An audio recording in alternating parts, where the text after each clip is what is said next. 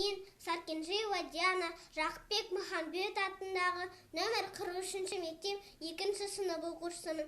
Атамыз Абай Құнанбаевтың 75 жылдығына орай ұлы ақынның өлеңдерінен үзінді оқу эстафетасын өз мектебінің директоры Бақытжан Әлиарстан қызына, сынып жетекшім Төребек қызы Роза апайыма, Тұрар Рысқұлов атындағы нөмір 222-ші мектеп оқушыларына жолдаймын.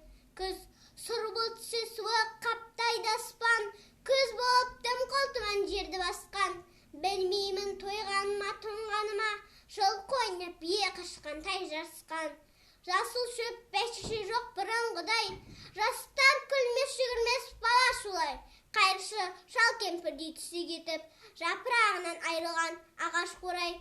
Біреу малына сапсиды салып иін, салбыран тартыпты жыртық киіп, енесіне иіртіп шуда жібін, жас қатындар жыртылған жамай деген.